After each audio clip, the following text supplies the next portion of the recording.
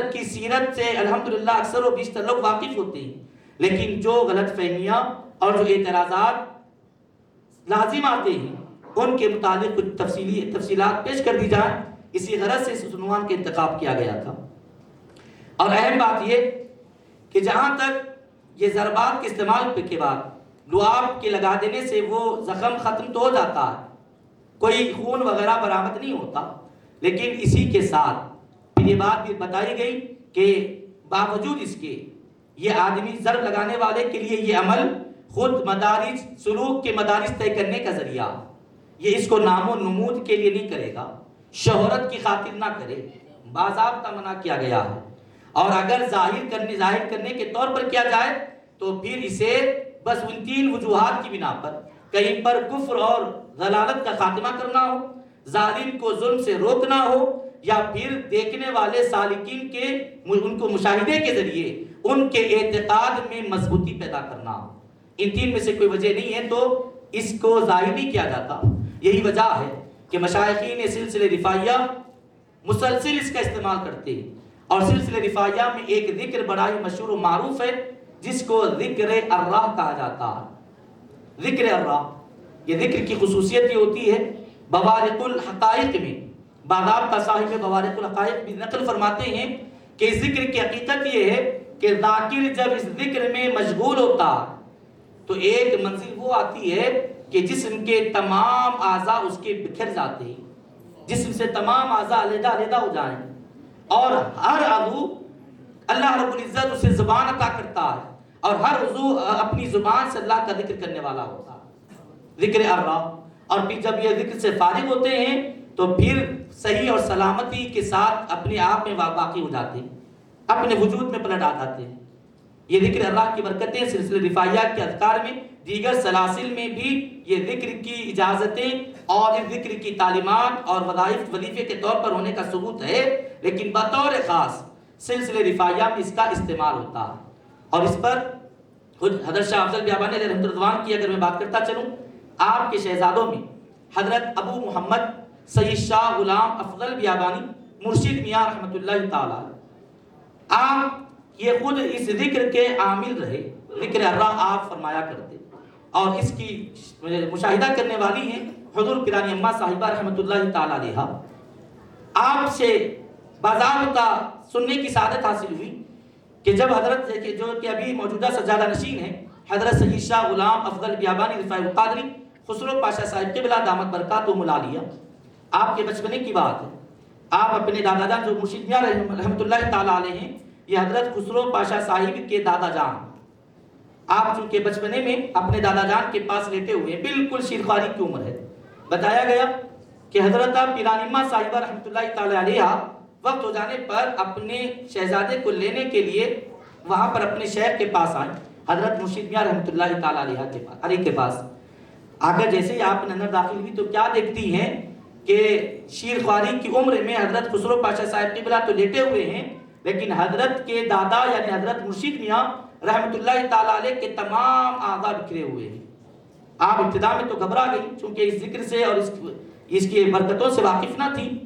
یہ وظیفے کے طور پر ہوتا،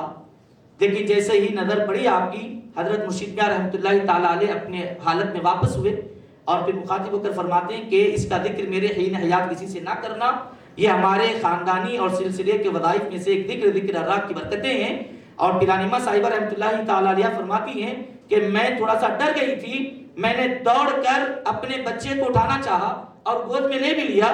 تو حضرت فرماتے ہیں کہ بی بی تم انہیں کہاں تک لے جاؤ گی، یہ تو ہمارے خاندانی معاملات ہیں، آج تو کیفیت تم ہماری دیکھ رہی ہو، اسی کیفیت سے خود انہیں بھی تو آگے بڑھنا ہے۔ تو اس سے معلوم ہوا کہ نہ صرف اجداد میں طریقہ رہا بلکہ اخلاق میں یہ منتقل بھی ہوتا رہا ہے۔ اور جہاں تک ضربات کے اظہار کی بات ہے تو بس ایک واقعہ عرض کرتے ہوئے بالکل اختصار کے ساتھ کہ بروڑا گجرات میں ایک آستانہ ہے، آستانہ رفاعیہ، وہاں حضرت کمال الدین مظہر اللہ رفاعی صاحب مدد اللہ العالی سجادہ نشین ہیں، آپ کے بھتیجے حضرت مولانا حسام الدین رفاعی صاحب، الحمدللہ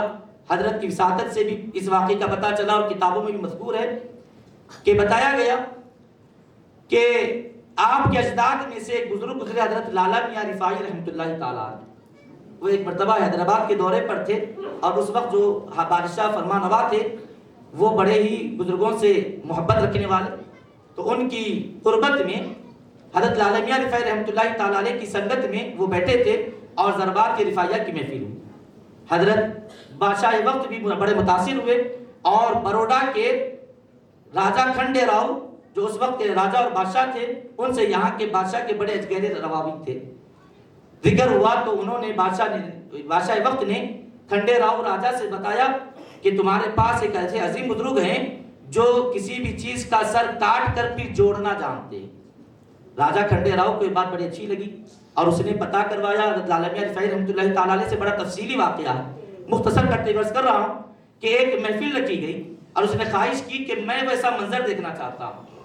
آپ دیکھیں کہ پہلے جیسے عرض کیا گیا ہے کہ تبلیغ اسلام کے لیے ضربات رفاعیہ کے اظہار کی گنجائش ہے، اور یہ استعمال ہوتا رہا۔ راجہ کھنڈے راؤ نے کہا کہ میں یہ منظر دیکھنا چاہتا ہوں۔ لالا میاں رفاعی رحمۃ اللہ تعالیٰ علیہ نے کہا کہ مجلس کا انتظام کیا جائے، یقیناً وہ تم دیکھ سکتے ہو، لیکن ہم دعوے کے طور پر نہیں کریں گے، جب مجلس میں ہم ذکر میں مشغول ہوں گے تب ہوگا۔ بادشاہ نے راجہ نے کہا کہ حضرت ایک درخواست ہے، وہ یہ کہ میں بڑے دل کا کمزور ہوں، کسی انسان پر کوئی شیخ وغیرہ چبھائی جائے گی، ضرب وغیرہ ہوگا تو میں برداشت نہیں کر پاؤں، آپ کسی جانور پر کر کے دکھائیں۔ لالا میاں رفاعی رحمۃ اللہ تعالیٰ علیہ نے فرمایا کہ ٹھیک ہے، ایک مرغ لایا جائے۔ وہ مرغ لایا گیا، آپ نے خود ذبح کیا اور پھر اس مرغ کو پکا لیا بھی گیا، سب کو حاضرین محفل میں تقسیم بھی ہو گیا، اور پھر جب بات اس کے جوڑنے کی آئی تو آپ نے فرمایا کہ سب ہڈیاں جمع کی جائیں۔ سب ہڈیاں جمع کی گئی تو اس وقت راجہ کا جو مشیر خاص تھا اس نے بطور امتحان کہ حضرت یہی مرغ کو زندہ کریں گے یا پھر اندر چھپا کر کے لائے ہیں کہ سامنے پیش کر دیں گے، بطور امتحان اس نے ایک ٹانگ چھپا لی اور پھر باقی کی سب ہڈیاں تو جمع ہو گئی۔ حضرت لالا میاں رفاعی رحمۃ اللہ تعالیٰ علیہ نے اپنا لعاب لگایا اور پھر ان ہڈیوں پر سے ہاتھ پھیرنے لگے، تھوڑی دیر میں وہ مرغ زندہ ہو گیا، بانگ بھی دینے لگا۔ لیکن حیرت کی بات یہ تھی کہ وہ ایک پیر کا تھا، ایک ہی ٹانگ تھی۔ بادشاہ کہنے لگا کہ میں نے 2 ٹانگ کا دیا ہے اور آپ واپس ایک ٹانگ والا کر رہے ہو، کمی تو ہو گئی نا۔ حضرت نے فرمایا اپنے مرشد خاص سے کہو جو چھپایا ہے وہ واپس کرے تو 2 ٹانگ والا ہو جائے گا۔ تو پھر مرشد خاص نے وہ ٹانگ واپس کی، حضرت نے وہ ٹانگ رکھ کر پھر اپنا لعاب لگایا تو پھر وہ ٹانگ بھی جڑ گئی اور مرغ واقعی 2 ٹانگ والا ہو گیا۔ اس میں 2 باتیں واضح ہوئی، ایک تو یہ حضرت کی کرامت ہے کہ قوم بدر اللہ کہہ کر مرغ کو زندہ فرما دیا، ٹھیک ہے۔ اس میں ضربات کی کہاں سے بات آئی